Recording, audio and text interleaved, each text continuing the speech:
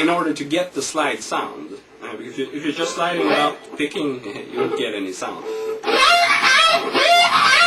And also, as soon as I've reached the target fret, I'm tapping the note with my pick. So if I were to show you an example of kind of improvising around with those slides in the same standard E minor pentatonic box, which I'm sure most of you guys know, then it could sound something like this. And if we're adding a couple of outside notes, we get...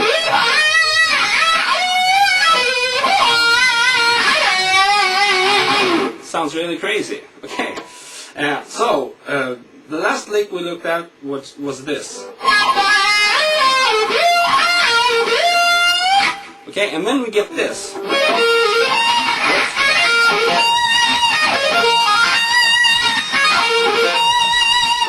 Now here's also a really cool technique. What I was doing, I started out with the same kind of hammer-on pattern as we looked on, the same as before, and then I'm doing this. So the second part goes from the ninth fret on the B string, and what we're doing is, and by the time we reach the E string here, we're gonna tap at the same time as we're fretting with the left hand. So you'll only be hearing, of course, one of these notes. So 11th fret, 18th fret. But we'll only be hearing the 18th fret. So why am I doing this kind of tapping thing? The reason is I want to add some vibrato with my left hand. It's much more difficult to do that with the right hand. So we're doing... And I can really get this cool vibrato sound by using both hands.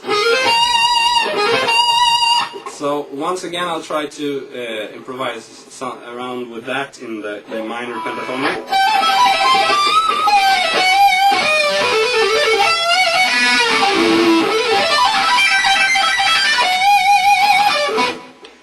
So you can get a cool sound out of that.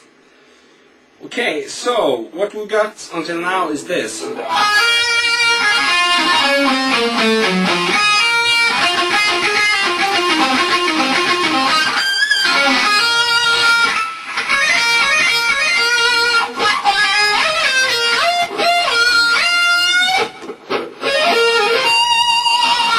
Okay, and then comes this cool kind of arpeggio substitution thing. Goes something like this.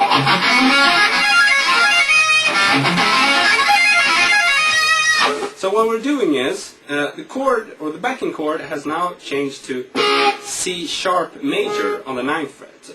So we're going to start out playing the C sharp major 7th arpeggio, which goes like this.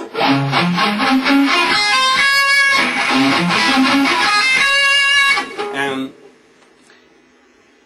in the solo, I'm only picking until the D string. Then I'm letting the left hand do the rest of the notes, in order to get my right hand tapping finger up here in time. So look at me when I'm doing it slowly.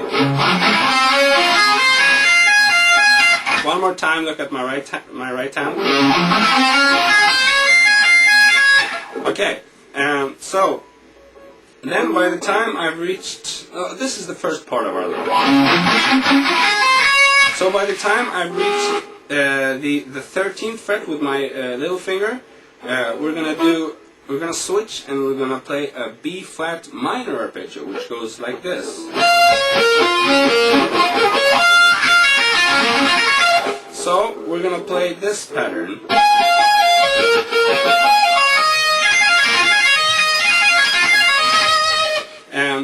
And that's kind of cool, because theoretically what I'm doing is the backing is staying on the backing chord or harmony is staying constantly on C sharp major.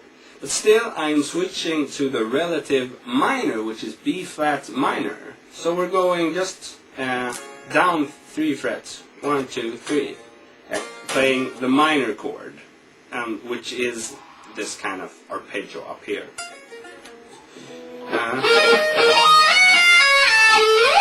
Okay, I'm gonna let you read that right off the tab, because it's very similar to the other single string melody we did.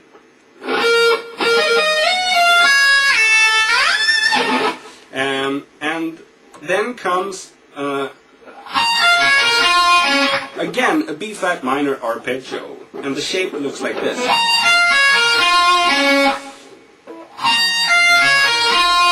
And once again, we're not going to be using the pick here, so we're playing. We can either damp with the right hand, as we were speaking about, or you can do this fancy thing. Okay, so the last lick we're going to play is an Eric Johnson inspired kind of thing.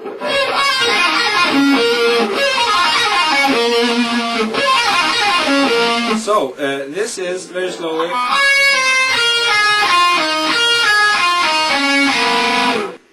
We're gonna be playing only one pick strike per string, and then also one pull-off per string, to get this really kind of fluid sound.